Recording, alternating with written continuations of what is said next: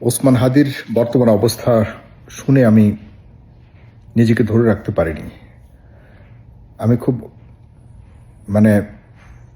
নিজেকে সংবরণ করতে পারিনি। অনেক অনেক কষ্ট করে শুনেছি যে ওর অবস্থা কি বর্তমানে। ভাবছি আপনাদেরকেও একটু জানাই। ডাক্তাররা খুব বেশি খোলামেলা করে এই বিষয়গুলি বলে না, কিন্তু যা তার সাথে হচ্ছে এই মুহূর্তে, তার যে চিকিৎসা চলছে সেই চিকিৎসা এবং তার যে বর্তমান পরিস্থিতি, এইসব আমাকে যে ডাক্তার বিষয়গুলি জানে তার কাছ থেকে শুনলাম। এবং আমি চিকিৎসকের সাহসিকতা, চিকিৎসকের যে অসহায়ত্ব, চিকিৎসকদের চিকিৎসা, এসব জেনেও আজকে যখন জানলাম, আমি চিকিৎসকদের প্রতিও আমার অনেক অনেক শ্রদ্ধা বেড়ে গেছে যে তারা কিভাবে পারে একটা মানুষের এরকম পরিস্থিতিতে একটা মানুষকে বাঁচিয়ে তুলবার জন্য যুদ্ধ করতে। আপনাকে জানেন, হাদির বর্তমানে যে অবস্থা, মাত্র 5% সম্ভাবনা আছে ফিরে আসার। আল্লাহ যদি চায় তাহলে সব সম্ভব, কিন্তু এর বাহিরে বর্তমান যে পরিস্থিতি, চিকিৎসা বিজ্ঞানের ভাষায় আমি কথা বলছি, মাত্র 5% তার সুযোগ বা সম্ভাবনা আছে ফিরে আসার, আদারওয়াইজ নাই। কারণ তার যে বুলেটটি ঢুকেছে, সেই বুলেটটি তার মগজের ব্রেনের একদম কাছ দিয়ে একটু আঘাত তো লেগেছেই, বের হয়ে অন্যদিকে বের হয়ে গেছে বুলেটটি, ভিতরে রেখে গেছে ক্ষত বিক্ষত অবস্থা। বর্তমানে হাদির মাথার খুলি কেটে পাশে রাখা হয়েছে, প্রিজার্ভ করে রাখা হয়েছে বৈজ্ঞানিক উপায়ে।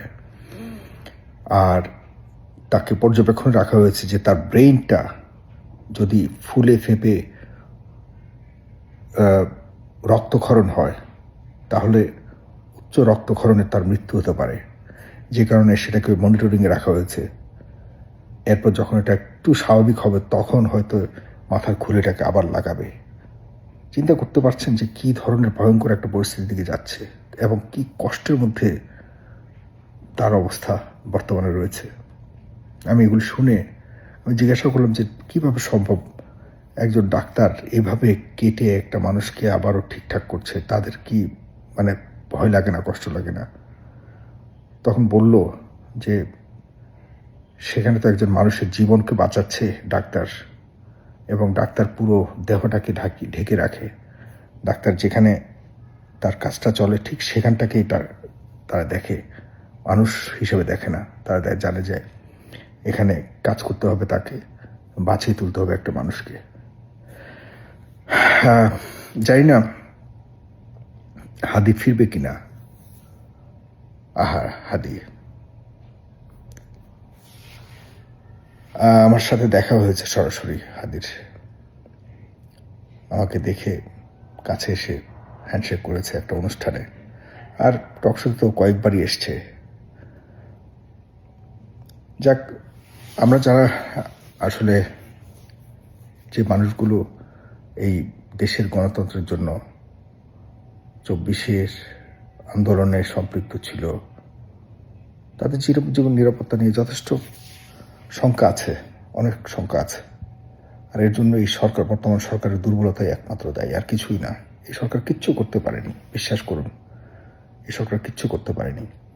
আর যে ছেলেগুলি উপরে আমরা ভরসা করেছিলাম, তারা আসলে শুধুমাত্র নিজেদের স্বার্থ, রাজনৈতিকভাবে কীভাবে নিজেদেরকে স্ট্যাবলিশ করা যায়, মন্ত্রী এমপি হওয়া, টাকা পয়সা কামাই করা, সেই তথাকথিত রাজনৈতিক অবস্থাতে তারা ফিরে গেছে।